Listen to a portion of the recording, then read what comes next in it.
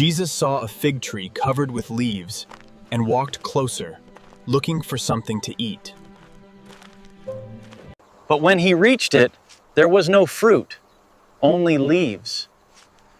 And that raises a strange question.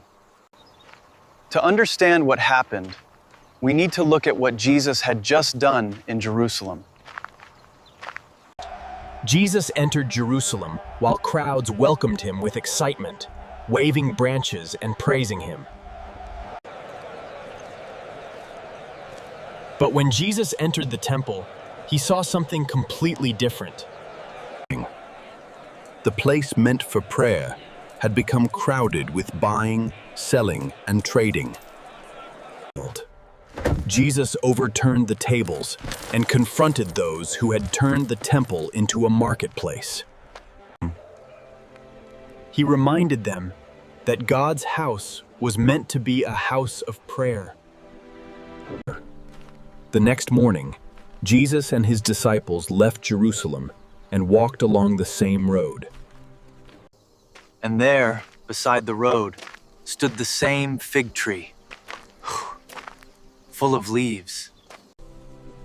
Jesus came closer and searched its branches, but he found no figs.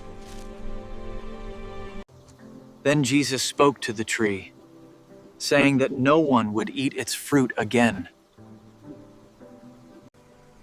The disciples heard him, but they didn't seem to understand what was happening. They continued toward Jerusalem, leaving the strange moment behind them. Later, when they passed the same place again, Peter suddenly stopped and looked at the tree. The fig tree had completely withered, all the way from its roots. Rabbi, look! The tree you cursed has withered. Jesus used this surprising moment to teach his disciples about faith.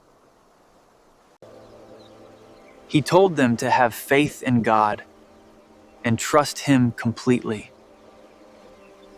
But why did Jesus use a fig tree to teach this powerful lesson?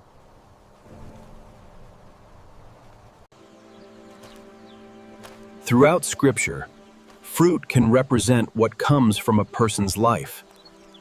A tree can look healthy from the outside, yet still have no fruit. And this connects directly to what Jesus had just seen inside the temple. The temple looked impressive, but Jesus saw that its true purpose had been forgotten. The fig tree became a picture of outward appearance without the fruit God desired.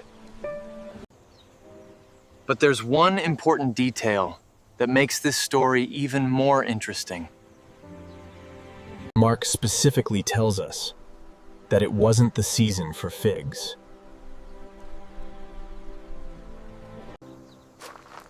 So this wasn't simply a lesson about an ordinary fruit tree. Jesus was teaching his disciples to look beyond appearances. A person can look faithful on the outside while producing very little fruit inside. And that's why this strange story still has a message for us today.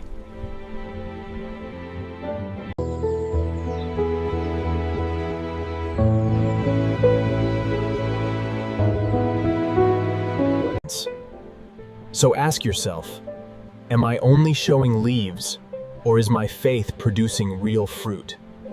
The story points us toward faith, prayer, forgiveness, and actually living what we believe.